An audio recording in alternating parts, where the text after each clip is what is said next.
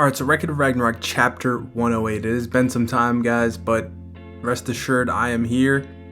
The arena is filled with tension like never before, and the arena does look pretty weird right now. I'm not really sure what is around the arena, but it almost looks like tendrils. It's like some kind of rocky structure is kind of taking over the surrounding area, but we have like a basic standard arena in the middle. Looks like the Coliseum. The score is displayed, of course it is 5-6 in favor of humanity, and Heimdall says with only 2 battles left in Ragnarok, asterisks by that, we finally entered the endgame. With the 11th round over, humanity is now taking the lead. In other words, one more win and humanity's victory will be settled. See various members of humanity here, Jack and his Valkyrie, Buddha's brother, Sasuke and Musashi, etc., etc. The gods have been cornered to the absolute brink, a truly abnormal turn of events. Could anyone have ever imagined this outcome? Various gods shown here, Shiva, Thor, Aphrodite, and Apollo, who's recovering from his fight. By now, no god would dare mock this Ragnarok and call it a mere game. As much as I hate to admit it, humanity is here to win. Humanity is dead serious, and now there can be no objection. Humanity is strong. For this reason, this 12th round is a battle for the gods' very pride, a battle that absolutely must not be lost. We then see into the tunnel of the arena, Buddha and Kintoki start walking up. They look pretty sick right here. As Buddha says, things are getting pretty hyped. So how are you feeling about your fight with Din Din? Kintoki doesn't say anything. He keeps that stoic demeanor and he slams his fist into his chest, and Buddha says, "Oh, as expected from you, Kinchan." But then Kintoki starts laughing and says, "Nah, I'm just kidding. I'm completely clueless, man." And Buddha's surprised. He thought that he might have a strategy going in to fight Odin, but that's not the case. Kintoki says, "But that's fine. No matter what happens, I'll win." Buddha says it's so strange, but hearing Kinchan say that with so much confidence just makes me feel safe. So it looks like he's confident in him. And Buddha says, "Well, besides, there's a reason we can't afford to lose, you know?" And Kintoki says, "Huh?" And as they look down the hallway, we see all of these humans that were friends or close to the human fighters that died. So we see Raiden sumo guys, Tesla's geniuses, Leonidas Spartans, Adam's family, and Lubu's rivals. Kin looks down the line. He says, "You guys were what are you guys doing here?"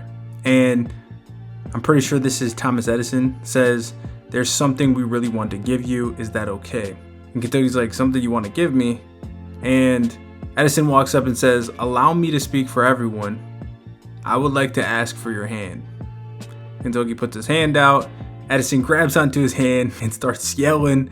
And he basically says energy charge. And he's telling Kintoki that he's giving him all the energy from humanity. It's like a spirit bomb, but this isn't for real. He didn't actually transfer anything to him.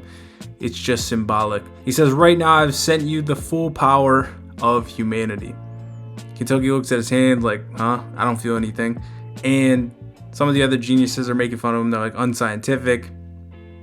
And Edison says, "Yes, it's extremely unscientific. However, if Tesla was here, I'm sure he would say something like, 'Science illuminated the earth with light bulbs, but it is human spirit that ignites the light in people's hearts.'" Kintoki just looks at him, and Edison continues, says, "Please, you must win for the sake of humanity's continued progress." So all these people are getting a moment for their fighter, effectively. We now cut to Lu Bu's men, and Buddha says, "Right, you can't lose, you see." And one of Lu Bu's guys says, "That's right, don't you dare lose, because it would really be lame if the history of humanity ended right here. The feelings of the 5 heroes who fell in battle also rest upon your shoulders, isn't that right?" Then we cut to Raiden sumo guys. They slam down their feet in the traditional sumo way. Actually shakes the tunnel. Kintoki says, "Whoa." And I'm pretty sure this is Raiden's mentor. He says, "I'm sure that Raiden would have lent you his strength if he was here. Show us everything you got, my man." Then we see Haggis and the Spartans say, "We wish you good luck in battle. King Leonidas would definitely have your back as well." And finally, we get to see Cain and Abel and Eve. One of them walks up and says, "That damn god beat the living shit out of him, alright?" And puts out his fist for the Nux. Kintoki scratches his head. He's like, "Damn, geez, man. I'm no good at this kind of thing." So he's feeling kind of awkward in this moment because like they're putting all this pressure on his shoulders, but it's like in an endearing way.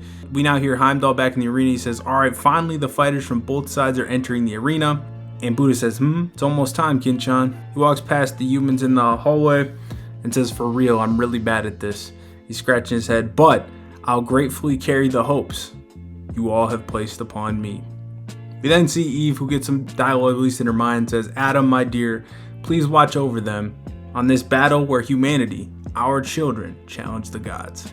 Pretty sweet panel of Kintoki walking into the arena with Adam behind him. Heimdall says, and now for Ragnarok round 12, the first to enter is this man. Is his true identity human or a Ayakashi, a vengeful spirit or potentially demon? Once upon a time, a tale that begins just like that. There was a boy who was said to be the son of a mountain witch. As a child, he could knock down bears, and as an adult, he managed to cut down the king of demons, Shuten Doji. With his exceptional brute strength and a needle as a weapon, this was the man who was counted among the 4 heavenly kings of Raikou, the strongest demon slayers of the Heian period. The man beloved by the people, Kintaro, this time takes on not a demon hunt, but a god slaying. Sakura is his family name, Kintoki is his given name. His power can even shake the heavens, his strength is unrivaled. Sakura Kintoki. That was a pretty sweet entrance. The entrance we're going to see later is a little bit better. But Kintoki does look cool. They hyped him up to the max. It says unrivaled strength. And we finally see his Valkyrie, and she was already in the arena. She was hiding under one of the tiles. She's like a shy Valkyrie. And she says, I've been waiting for you. And she looks nervous. She starts nervously laughing. Says, is it really okay for you? I'm not sure if I'm a good fit to be here for a fight this important. Her name is Skuld. She's the 12th of the Valkyrie sisters, the only one we hadn't seen thus far. And she says, well, haha, wouldn't it have been better if someone like Sister Hilda were here instead of me? And Kintoki cuts her off and says, don't you understand? She looks scared. It has to be you. And he grabs onto her shoulder. No one else will do. Please. He looks right into her eyes. Melts her heart. She can't even get her words out, and then she just screams out yes, and then Volund takes place. So another instance of the Valkyrie and the human being a perfect match, and Hilda smirks on from her watch post. She thinks to herself, he made the extremely shy Skuld come out of her shell and open her heart in an instant. Sakura Kintoki Kintaro, I expected nothing less from the most beloved man in human history. She looks proud of herself, looks proud of the pairing, and then out of nowhere, Zeus shows up right next to her, and she's shocked, obviously. She says, Lord Zeus, why are you here? And Zeus says, I was hoping to see what kind of face that little brat would make, talking about Skuld, but it seems like the small apprentice isn't around. Oh well, my cute brun. Do you genuinely believe you can beat the supreme god Odin? I haven't picked a single fighter in any of these fights with the belief that they would be defeated, says Brun. That's obvious, I get that, but, says Zeus, but Hilda cuts him off and says, Kintoki in particular is a fighter who was specifically chosen with the purpose of taking down Odin. And the one who can draw out his power to its fullest is the 12th of the Valkyrie sisters, Skuld. The power that dwells within her, within that rune, is Axe Age. So she has some kind of axe-based ability. Obviously, it's a perfect fit for Kintoki. His previous axe that was nothing to slouch at gets a pretty sizable upgrade here. It was made of wood before, but now the handle is like reinforced. It just looks awesome now. A true god-slaying weapon. Pretty awesome shot of Kintoki posing with it. Crowd's going crazy. And he starts swinging around the axe. He says, damn, this is the most precious thing ever. And he winks at it. Obviously, his Valkyrie is part of the weapon, so he's kind of winking at his Valkyrie. Some of the kids in the crowd say Kintaro's axe has changed, so cool. And Buddha says Kinchan is really awesome. He's captured everyone's hearts in an instant. He's so reliable, I'm starting to think we might have a shot at this, says some of the humans.